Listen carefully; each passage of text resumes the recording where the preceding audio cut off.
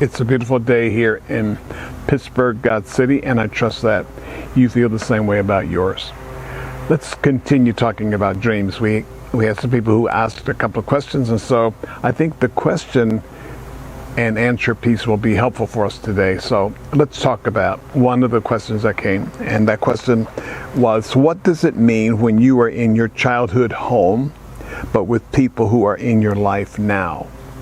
What does it mean when you are in your childhood home? So in the dream, the person is in their childhood home, but they are with people who are currently in the life now. One of the things that we face whenever we're trying to handle dreams is to have an ability to dialogue with the person who's asking the question. So let's talk about symbols once again.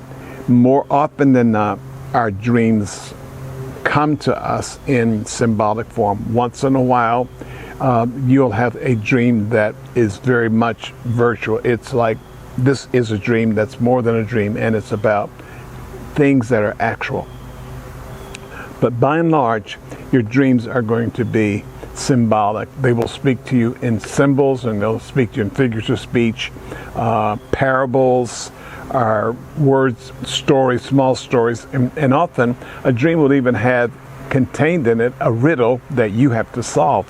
But here's the wonderful part about this dream is that you are the source of the dream, and many of the dreams that you are dealing with, think of yourself as the playwright or the composer or the person who is scoping them.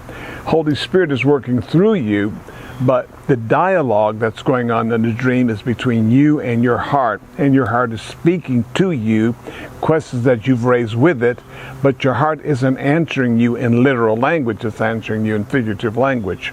So think about this. You're in your childhood home. So the Bible will talk to us about things like your life being considered a house. Think of it. Jesus uses the parable or the story in Luke 6:48. He says, he's like a man building a house who dug deep and laid a foundation. So here Jesus is describing your life as a house which you are building. But the writer of Proverbs describes it like this. He says, like a city that is broken into and without walls is a man who has no control over his spirit. So in one setting, you're like a city. In another setting, you're like a house. In Nebuchadnezzar's dreams, if you recall, in one of the dreams, he was a head of gold. But later on in another dream in Daniel 4, he's no longer the head of gold. He is a tree.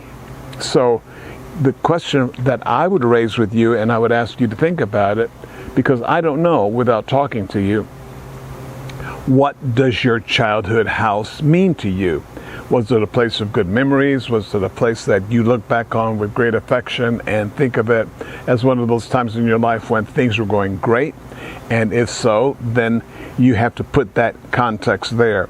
If your childhood home was not a place where you enjoyed life and things were rough for you like they were with many people, then you have to ask the question, why am I looking at my present house? Who are the people who are with you now? When people who are in your world right now, for instance, you are with people who are in your life now. What are those people like? Who are those people? How many of those people are there? What are they saying to you? What's going on in the dream that is telling you something about your past and your present? So we're talking about your past and we're talking about your present. I would think of it like this. If I have a dream about the childhood home that I grew up in, whether it was in the projects or whether I was at my grandmother's house, they would have different meanings for me.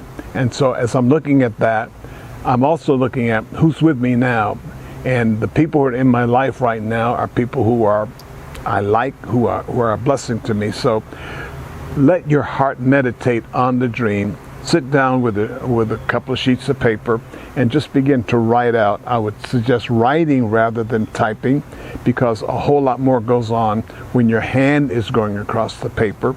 And even if you don't like your handwriting, do it anyway. There's a good connection there. And ask your heart. The Bible talks about meditate in your heart.